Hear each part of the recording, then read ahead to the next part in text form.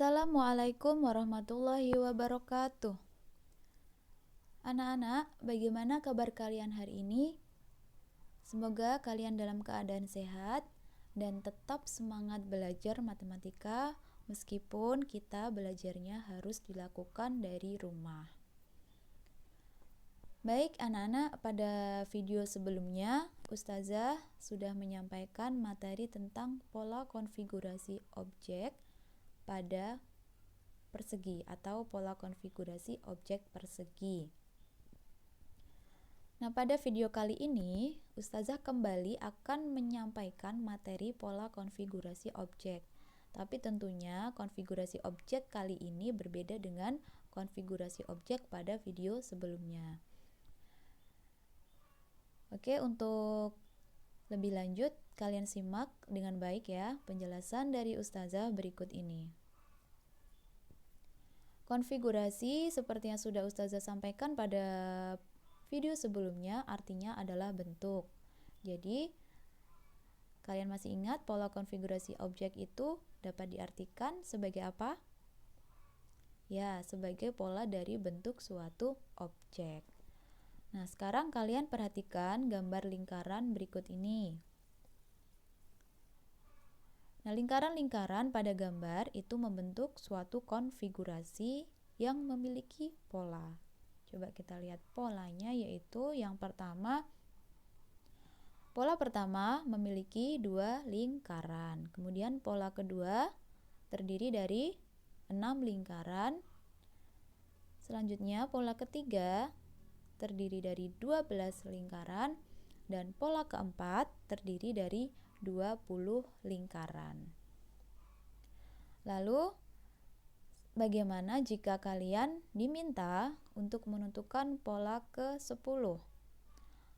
Apakah rumus generalisasi polanya akan sama dengan rumus generalisasi dari konfigurasi objek persegi? Tentunya tidak sama karena konfigurasi objeknya sudah berbeda. Jadi untuk mengetahuinya, nanti terlebih dahulu kita harus menemukan pola dari konfigurasi objek dan generalisasi polanya. Nah, sekarang coba kalian amati dengan baik, menyerupai bangun datar apakah konfigurasi objek yang terlihat pada gambar tersebut. Ya, benar sekali. Konfigurasi pada gambar tersebut menyerupai bangun datar persegi panjang. Nah, sekarang pertanyaannya, masih ingat rumus luas persegi panjang? Masih ya. Rumusnya adalah luas sama dengan P kali L. Atau bisa juga ditulis L kali P. Kenapa bisa ditulis demikian? Karena kalian harus mengingat kembali materi pada kelas 7, yaitu sifat komutatif pada perkalian. Jadi kalau pada perkalian itu berlaku sifat komutatif atau istilah lainnya yaitu pertukaran. Jadi bentuk P kali L itu nanti akan menghasilkan bilangan yang sama dengan perkalian L kali P. Kemudian dari rumus luas persegi panjang ini nantinya akan kita gunakan untuk menemukan pola konfigurasi objek dari gambar tersebut. Kemudian coba kalian amati lagi gambarnya. Nah, sekarang bagaimana? Sudah lebih menyerupai bangun datar persegi panjang kan? Oke. Konfigurasi objek pada gambar kita lihat sebagai bangun persegi panjang dengan banyak lingkaran pada arah horizontal atau arah mendatar itu kita anggap sebagai ukuran panjang. Ya, jadi dari pola pertama ukuran panjangnya berapa satuan? Ya, 2 satuan karena di situ terdapat 2 lingkaran. Kemudian pada pola kedua untuk ukuran panjangnya ada 3 satuan. Kenapa 3 satuan? Karena pada arah mendatar atau arah horizontal, di situ terdapat 3 lingkaran. Selanjutnya pada pola ketiga, itu ukuran panjangnya adalah 4 satuan karena pada arah horizontal terdapat 4 lingkaran. Selanjutnya pola keempat, ya, pola keempat di situ ukuran panjang persegi panjang adalah 5 satuan. Kenapa 5 satuan? Karena pada arah horizontal di situ terlihat bahwa terdapat 5 lingkaran. Sampai di sini bisa dipahami ya untuk menentukan ukuran panjang dari konfigurasi objek, ya. Bisa ya. Oke, selanjutnya untuk arah vertikal atau arah ke atas itu kita anggap sebagai ukuran lebar. Ukuran lebar dari persegi panjang. Sekarang coba kita mulai dari pola ke-1. Pola ke-1 ukuran lebarnya adalah 1 satuan. Kenapa 1? Kenapa tidak 2? Karena pada arah ke atas atau arah vertikal itu hanya terdapat 1 lingkaran. Jadi ukuran lebarnya adalah 1 satuan. Kemudian pada pola kedua, untuk ukuran lebarnya itu adalah 2 satuan. Ya, kalian bisa lihat di situ bahwa pada arah ke atas itu terdapat 2 lingkaran. Kemudian pada pola ketiga untuk ukuran lebar itu adalah 3 satuan, ya. Dan yang pola keempat ukuran lebarnya adalah 4 satuan. Oke, bisa ya untuk menentukan ukuran lebar dan panjang dari konfigurasi suatu objek. Sangat mudah karena kalian tinggal menghitung berapa banyak lingkaran pada arah vertikal dan arah horizontal. Oke, selanjutnya sekarang kalian perhatikan lagi. Banyak lingkaran pada setiap pola kita anggap sebagai luas persegi panjang. Ya, coba kalian perhatikan dari pola pertama itu terdapat 2 lingkaran. Tadi untuk ukuran dari persegi panjangnya adalah 2 dan lebarnya adalah 1. Jadi perkalian ukuran panjang dan lebar itu menghasilkan apa? Luas lingkaran. Kemudian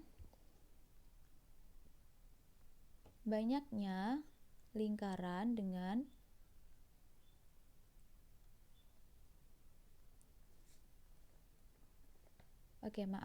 banyak lingkaran pada pola pertama ya. Sekarang kita coba lihat banyak lingkaran pada pola ke-1 itu sama dengan 2. Jadi jika kita nyatakan dalam rumus luasnya itu bisa ditulis pola ke-1 kita tulis P1, kemudian untuk bentuk perkalian luas dari persegi panjang adalah kita tulis 1 kali 2. Kenapa bukan 2 kali 1, Us? Nah, di sini Ustazah memakai rumus yang lebar kali panjang. Jadi nanti dari rumus yang lebar kali panjang ini akan memudahkan kita untuk menemukan pola dari konfigurasi objek. Ya, jadi Ustazah tidak memakai rumus yang P kali L, tapi memakai rumus yang L kali P. Oke, selanjutnya banyak lingkaran pada pola kedua itu sama dengan 6. Bisa kita tulis P2 atau pola kedua sama dengan 2 kali 3. Selanjutnya banyak lingkaran pada pola ketiga itu sama dengan 12. Bisa kita tuliskan P3 sama dengan 3 kali 4. Kalian bisa lihat di situ ya hasil dari perkalian masing-masing pola. 1 kali 2 hasilnya sama dengan 2, 2 kali 3 hasilnya sama dengan 6, 3 kali 4 hasilnya sama dengan 12. Kemudian Selanjutnya, untuk banyak lingkaran pada pola keempat itu sama dengan 20. Jika kita tuliskan P4 sama dengan 4 kali 5, hasilnya sama dengan 20.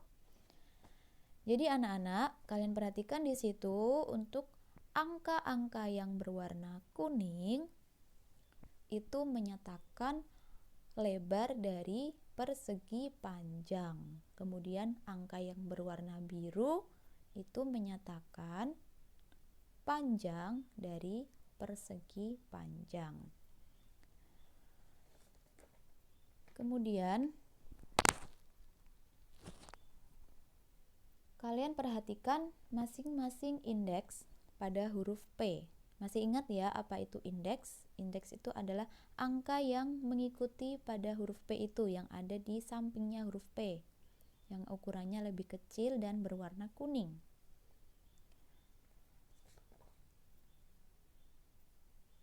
Nah, kemudian bentuk perkalian dari masing-masing pola yaitu bilangan yang dikali adalah 1, 2, 3, 4, ya kan? Yang warna kuning, angka yang warna kuning itu sama dengan angka pada indeks. Kemudian bilangan pengalinya yang mana? Pengalinya adalah yang berwarna biru. Jadi yang berwarna biru di situ adalah angka 2, 3, 4, 5. Coba kalau kalian perhatikan dari 2 ke 3, 3 ke 4, 4 ke 5 itu angkanya bertambah secara berurutan.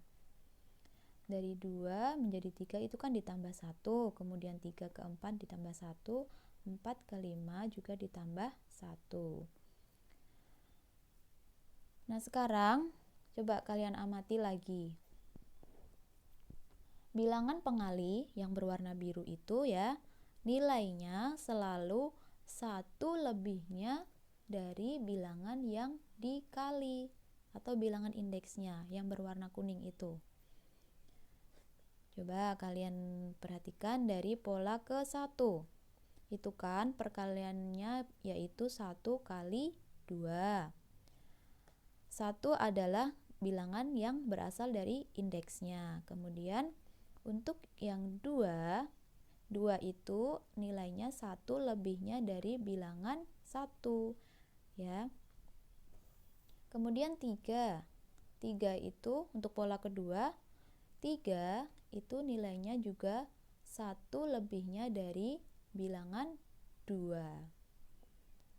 Kemudian pada pola ketiga, untuk bilangan 4 yang berwarna biru, itu nilainya juga 1 lebihnya dari bilangan 3. Kemudian yang keempat atau pola keempat, bilangan yang berwarna biru yaitu 5, itu nilainya juga 1 lebihnya dari bilangan indeks. Jadi kalau yang angka berwarna biru itu jika dijabarkan nanti akan membentuk penjumlahan, yaitu yang 2 itu berarti 1 tambah 1. Kemudian untuk yang pola kedua itu kan angka yang berwarna biru nilainya adalah 3. Jadi kalau dijabarkan dalam bentuk penjumlahan itu adalah 2 ditambah 1. Kemudian yang 4 itu berarti 3 tambah 1. Yang 5 itu berarti 4 ditambah 1. Nah, dari sini anak-anak dapat kita tentukan pola dari konfigurasinya, yaitu perkalian indeks dengan bilangan yang nilainya 1 lebihnya dari bilangan indeks. Oke, untuk lebih jelasnya coba kalian perhatikan contoh berikutnya nanti ya. Kemudian kita namakan pola konfigurasi objek di sini sebagai pola konfigurasi objek persegi panjang. Kenapa? Karena bangun datarnya yang terbentuk adalah menyerupai bangun datar persegi panjang. Jadi untuk pola konfigurasi objek pada video ini kita sebut sebagai pola konfigurasi objek persegi panjang. Oke, sekarang kita akan menjawab pertanyaan yang ada di awal tadi. Kita akan mencari banyak lingkaran pada pola ke-10. Nah, pada slide sebelumnya tadi, kalian sudah temukan pola dari konfigurasi objek persegi panjang, yaitu perkalian indeks dengan bilangan yang nilainya 1 lebihnya dari bilangan indeks. Berarti kalau ditanya banyak lingkaran pada pola ke-10, kalian tuliskan P10, jadi indeksnya adalah 10. Tulis seperti ini, P10 sama dengan 10 dikali berapa? Ya, tadi kan sudah Ustazah sebutkan bahwa dikalikan dengan bilangan yang nilainya 1 lebihnya dari bilangan indeks. Jadi 10 kita tambah dengan 1. Jadi 10 itu berasal dari indeksnya ya. Kemudian kita tambahkan 1, hasilnya adalah 11. Sehingga 10 kali 11 hasilnya sama dengan 110. Sehingga banyak lingkaran pada pola ke-10 itu adalah 110. Bagaimana? Mudah ya untuk menentukan banyak lingkaran pada pola ke selanjutnya setelah ditemukan pola konfigurasi dari objeknya. Masih butuh contoh lagi, Nak? Oke, Ustazah beri lagi. Sekarang banyak lingkaran pada pola ke-50. Kira-kira kalian bisa menuliskannya? Harus bisa ya. Jadi untuk pola ke-50 bisa kita tulis P50 sama dengan 50 kita kalikan dengan bilangan yang nilainya 1 lebihnya dari bilangan indeks. Jadi 50 kita tambah dengan 1. 50 tambah 1 berapa? Yaitu 51. Sehingga perkaliannya adalah 50 kali 51, hasilnya sama dengan 2550. Jadi di sini banyak lingkaran pada pola ke-50 adalah 2550 lingkaran. Selanjutnya, contoh lagi. Banyak lingkaran pada pola ke-100 berapa ya? Ya, pada pola ke-100 bisa kita tulis P100 sama dengan 100 dikali dengan 100 tambah 1. 100 tambah 1 berapa? 101. Jadi kita kalikan 100 dikali 101. Hasilnya sama dengan 10.100. Jadi pada pola ke-100 banyak lingkarannya adalah 10.100 lingkaran. Contoh lagi. Kemudian banyak lingkaran pada pola ke-500. Berapa ya? Pola ke-500 jumlah lingkarannya. Jadi kita tulis P500 sama dengan 500 kali 500 ditambah 1. 500 tambah 1 adalah 501, sehingga hasil dari perkaliannya adalah 250.500.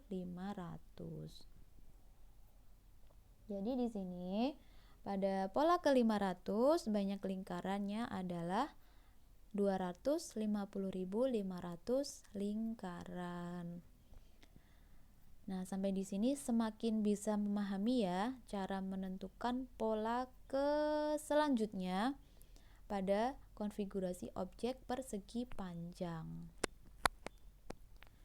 Kemudian sekarang bagaimana bentuk generalisasi dari pola konfigurasi objeknya? Bentuk umumnya atau rumusnya, biar nanti kalian lebih mudah jika ada pertanyaan lain yang meminta kalian untuk menentukan pola-pola ke selanjutnya atau pola kesekian dari konfigurasi objek persegi panjang. Oke, generalisasi pola konfigurasi objek bisa kita tuliskan seperti ini. Pn sama dengan N kali dalam kurung N tambah 1. N di situ berarti pola ke N, ya, pola ke N dari konfigurasi objek. Karena indeksnya N, maka bentuk perkaliannya juga mengikuti indeks, yaitu N kali N tambah 1. Atau kalian juga bisa menuliskan dalam bentuk Pn sama dengan N kuadrat ditambah N. Kenapa bisa N kuadrat, Us? Nah, N kuadrat itu berasal dari, kalian ingat, sifat distributif perkalian terhadap penjumlahan pada apa? Bilangan bulat. Jadi N kuadrat di sini itu berasal dari N kali N. Ya, N kali N adalah N pangkat 2. Kemudian yang berikutnya yaitu ditambah N, itu berasal dari N kali 1. Ya, jadi hasilnya adalah N kuadrat ditambah N. Kalian bebas ya, boleh memilih salah satu dari rumus ini. Mau memilih Pn sama dengan N kali dalam kurung N plus 1 itu boleh, atau mau pakai rumus yang Pn sama dengan N pangkat 2 ditambah N itu juga boleh. Karena nanti hasilnya itu akan sama. Jadi hasil dari operasi hitungnya akan menghasilkan bilangan yang sama. Jadi senyamannya kalian lebih mudah pakai rumus yang sebelah kiri atau yang sebelah kanan. Oke anak-anak, untuk penjelasan dari Ustazah tentang pola konfigurasi objek persegi panjang cukup sampai di sini. Semoga kalian bisa memahami materi yang sudah Ustazah sampaikan ini dengan sepaham-pahamnya, ya. Jadi nanti jika kalian menemukan soal bentuk seperti ini, kalian sudah tidak bingung lagi bagaimana cara mencari polanya. Oke. Anak-anak, sekian video kali ini. Terima kasih sudah menyaksikan video ini dari awal sampai akhir. Semoga ilmu yang kita dapat hari ini bermanfaat untuk kita semua. Amin ya robbal alamin. Sekali lagi terima kasih. Ustazah akhiri. Assalamualaikum warahmatullahi wabarakatuh. Sampai jumpa di video berikutnya.